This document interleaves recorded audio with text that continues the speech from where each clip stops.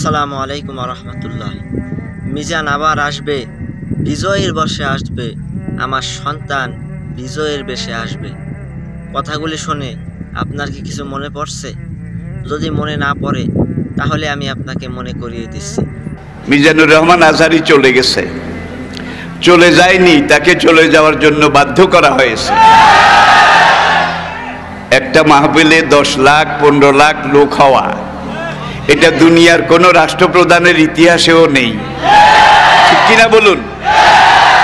আর একজন রাষ্ট্রপ্রধান যখন কোনো এলাকায় যায়, সেখানে রিজার্ভ গাড়ি দেওয়া হয়, জায়গা জায়গা থেকে গাড়ি প্রেরণ করা হয়, সার্ভ করা হয়, তাদেরকে ভাড়া দেওয়া হয়, খানা দেওয়া হয়, গরু জবাই করে একেবারে মোরগ মুসাল্লাম বিরিয়ানি এগুলো দেওয়া হয়। তারপরে যাওয়ার সময় আবার কিছু নগদ হাদিয়াও দেওয়া হয়।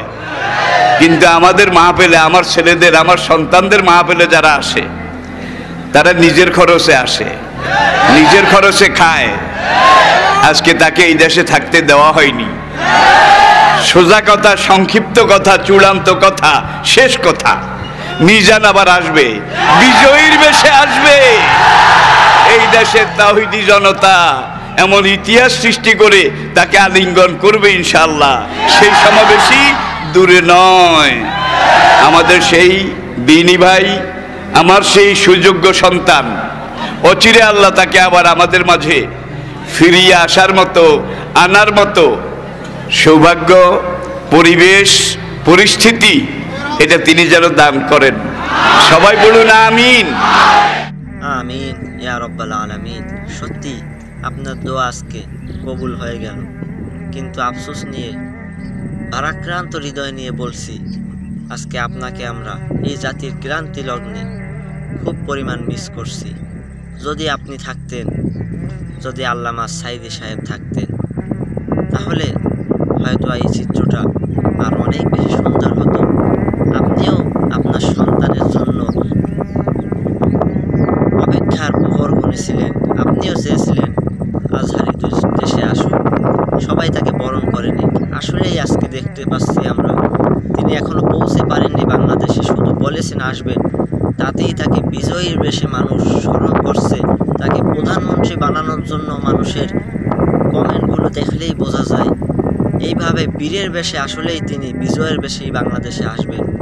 কিন্তু আপনাকে আমরা খুবই মিস করছি। আল্লাহ তাআলা আপনাকে জান্নাতুল ফেরদাউস নসিব করুন। চাইলে আপনি পারতেন, যত বছর আপনি ইসলামের দাওয়াত দিয়েছেন, এই টাকা দিয়ে আপনি খুব শান্তিতে থাকতে পারতেন, কিন্তু আপনি সাধারণ জীবন যাপন করেছেন। আল্লাহ তাআলার পথে আপনার জীবন, সারাটি জীবন আপনি কাটিয়ে দিয়েছেন। ডক্টর লুৎফুর রহমানকে, আল্লামা সাইদি সাহেবকে এই জাতি সোনালী অক্ষরে আপনাদের নাম লিপিবদ্ধ থাকবে। আল্লাহ তাআলা আপনাদের সবাইকে ক্ষমা করে দিক। আমরা হারিয়ে ফেলেছি আপনাদের মতো রাহাবারকে, আপনাদের মতো সম্মানিত মানুষদেরকে।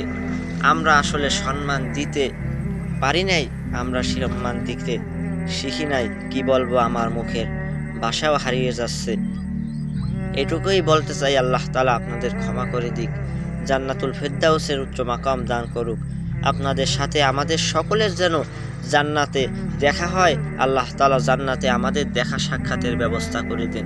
সবাই কমেন্টে যারাই চান মন থেকে একবার আমিন ইয়া রব্বাল আলামিন লিখে যাবেন। সকলে ভালো থাকবেন।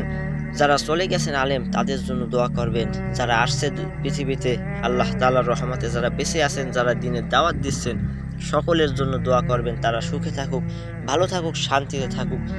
আর কি বলবো, আসসালামু আলাইকুম ওয়া রাহমাতুল্লাহি ওয়া বারাকাতুহু।